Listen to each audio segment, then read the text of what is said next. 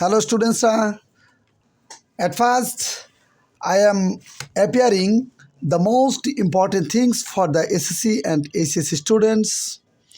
দেখো তোমরা এখানে আমি আজকে দ্য আইডিয়মস অ্যান্ড ফ্রেজ নিয়ে তোমাদের মধ্যে হাজির হয়েছি, যেগুলো জানা আমাদের জন্য অত্যন্ত গুরুত্বপূর্ণ। অনেক স্টুডেন্টসরা এই ফ্রেজ ইডিয়মগুলো সঠিক ধারণা না থাকার কারণে এবং এই বাক্যগুলো পরিপূর্ণভাবে করতে পারে না। কেন? তারা এই বাক্যের মানেটা বুঝতে পারে না। এখন দেখো, সেভ ওয়ান স্কিন, এটার অর্থ হলো দোষ হতে অব্যাহতি পাওয়া। You told lie to save your skin,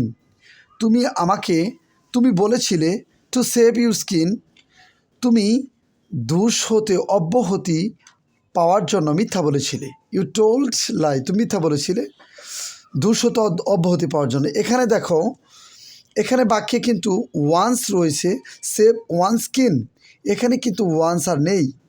কেন? এখানে ওয়ান্সের পরিবর্তে ইউর হয়েছে। এখন হবে কেন? এখানে ওয়ান্সটা গেল কোথায়? আমরা জানি এখানে ওয়ানের পরে অ্যাপোস্ট্রফ এস দিয়েছে। এখানে দেখো ইউরটা পজিটিভ কেস। আমরা জানি ইউ হলো নমিনেটিভ কেস, অবজেক্ট কেস তিন প্রকার, nominative, objective, positive.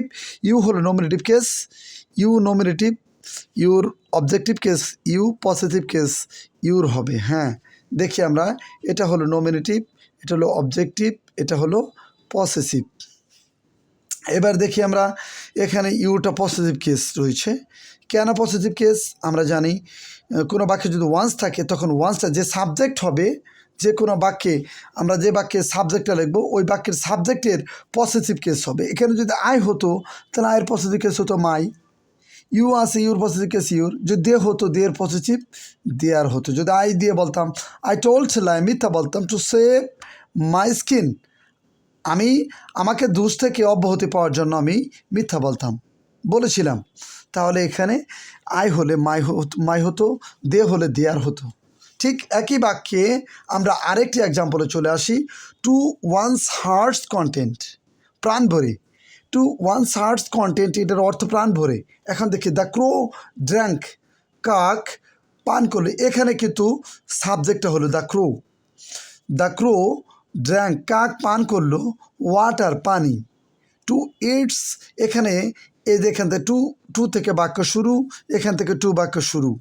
To its hertz content, এটার প্রাণ ভরে পানি পান করলো। এটার এখন এখানে ইটটা কোন কেস? এখানে আমরা জানি আই, ইউ, দে, এগুলো ব্যক্তিবাচক অবজেক্ট, ব্যক্তিবাচক সাবজেক্ট, কিন্তু এগুলোর পজিটিভ কেস আমরা জানি, এগুলো দেয়ার, ইউর, মাই, এগুলো হবে। কিন্তু এখানে দেখো, ডাকরো, কাক, আমরা জানি বস্তুর প্রোনাউন, কোনো বস্তু বা প্রাণী, ইতরবাচক প্রাণী যদি থাকে, সেগুলোর প্রোনাউন ইট হয়। ইট হল নমিনেটিভ কেস, ইটের objective case it, positive case it's হবে, ইটস। এখন এখানে তাহলে ইটস হয়েছে, তাহলে ইটসটা হলো পজিটিভ কেস। এখানে অবশ্যই কমা দিতে হবে, ইটসটা হলো পজিটিভ কেস। এখানে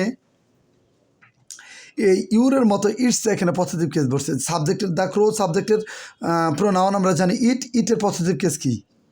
the crore positive case it's.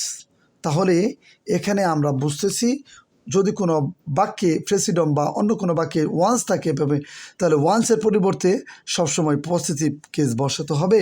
যে সাবজেক্ট থাকবে ওই সাবজেক্টের পজিটিভ কেস।